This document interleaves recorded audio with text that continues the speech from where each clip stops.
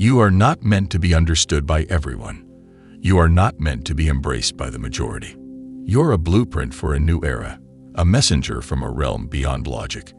And that means some people will misunderstand you until the day they awaken themselves. But don't wait for their understanding to validate your purpose. Walk anyway. Speak anyway. Shine anyway. Because one day, the same people who questioned your path will look to you for direction. The same ones who rejected you will remember you. And the same world that couldn't handle you will witness your rise. You see, the truth is the world has always feared what it does not understand. And you, chosen one, are a divine anomaly. You carry codes, spiritual frequencies, and ancient knowledge within you that this current world doesn't know how to process. It wasn't built to recognize you. It was designed to ignore you. The system you were born into thrives on conformity, on silence, on spiritual blindness. But you were born with open eyes, with ears that hear beyond the noise, with a heart that beats to the rhythm of the divine. That makes you a threat. Not because you want to destroy, but because you were sent to rebuild. Your very existence disrupts the programming of this world. Your presence challenges people to evolve. You call them to accountability, to wake up, to face themselves. And not everyone is ready for that. Some would rather live in comfortable illusions than step into uncomfortable truth. But the truth you carry can't be muted. It leaks out of you, even in your silence. It radiates through your aura, through your actions, through your refusal to follow the crowd. The world has made a habit of exiling those who carry divine light. From the prophets of old to the truth speakers of today, society has always tried to erase, crucify, or cancel those who live from the soul. You are a continuation of that sacred lineage. You are not alone in this. Every chosen one before you has walked a similar path of isolation, of misunderstanding, of spiritual warfare. But what separates the chosen from the world is this: you endure. You keep rising. You carry the fire even when it burns your hands. You were never created to be liked by the masses. You were created to trigger remembrance. And remembrance is painful for those who've lived in forgetting.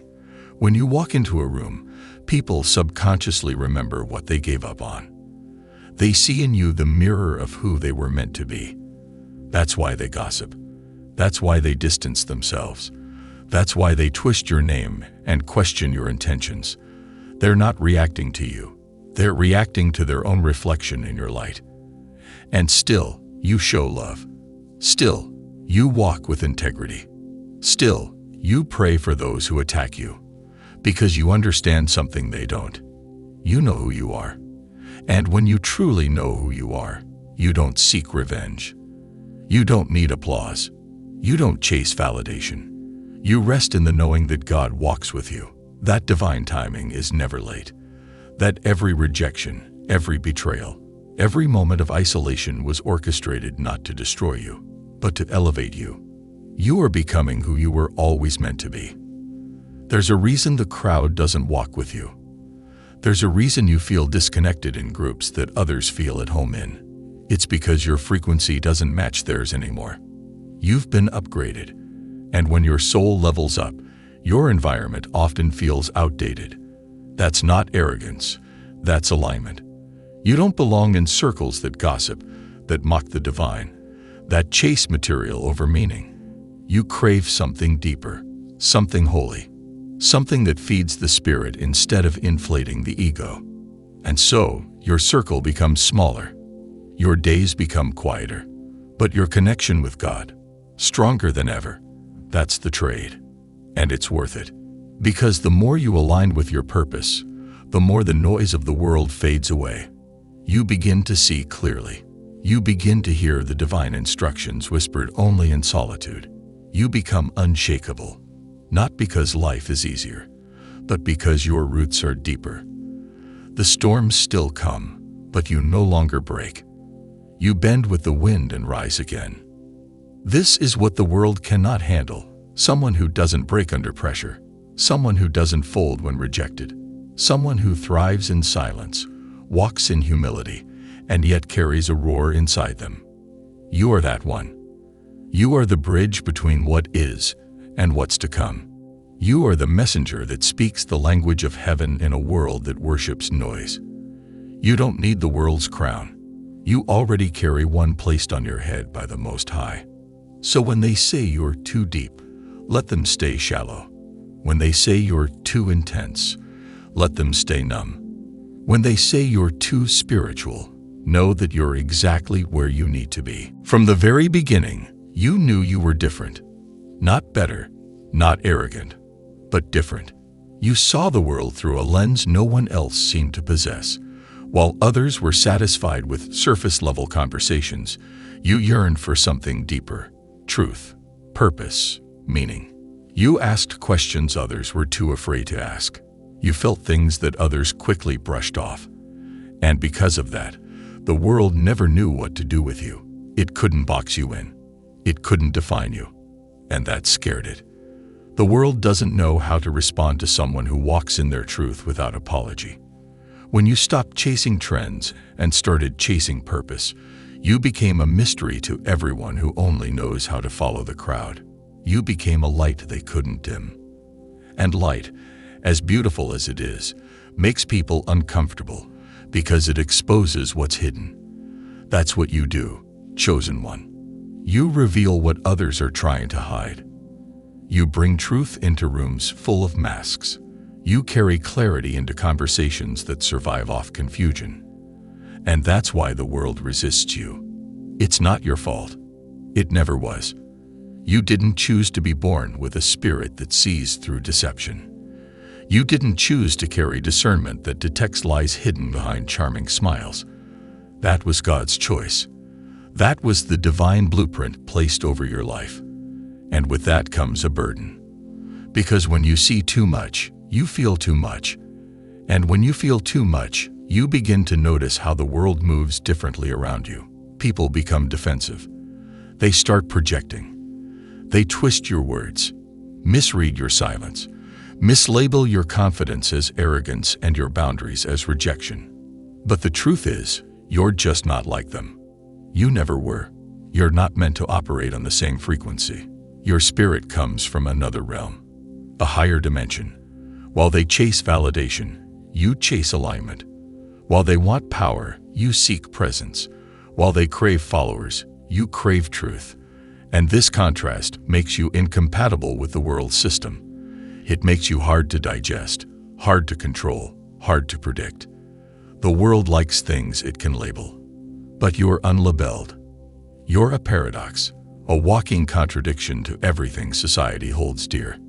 You walk into rooms and shift the atmosphere without saying a word. People feel you before they see you. They sense your energy before you speak. And for those still asleep to their own spirit, that's intimidating. You force people to feel, to reflect, to face parts of themselves they've buried. That's why they distance themselves. That's why relationships feel heavy. That's why you're often the one who gives more than they receive, because they can't meet you at the level you operate on. They don't understand the language of your soul. It's too ancient, too divine. You weren't designed to fit into a broken system. You were designed to break it, to challenge it, to awaken others from their spiritual slumber. But awakening always comes with resistance. They ridiculed prophets. They mocked messengers. They silenced voices that carried divine truth, not because those voices were wrong, but because they were too right. And you, chosen one, walk in that same legacy. You carry words that aren't always welcome, truth that isn't always comfortable, love that doesn't always look the way people expect. And so, you walk this path with wounds, not all visible, but all real. Wounds from being misunderstood, from being left out, from being seen as too much or too intense. But those wounds didn't weaken you. They refined you. They reminded you of your mission. You weren't called to be liked. You were called to be light. You weren't called to impress. You were called to impact.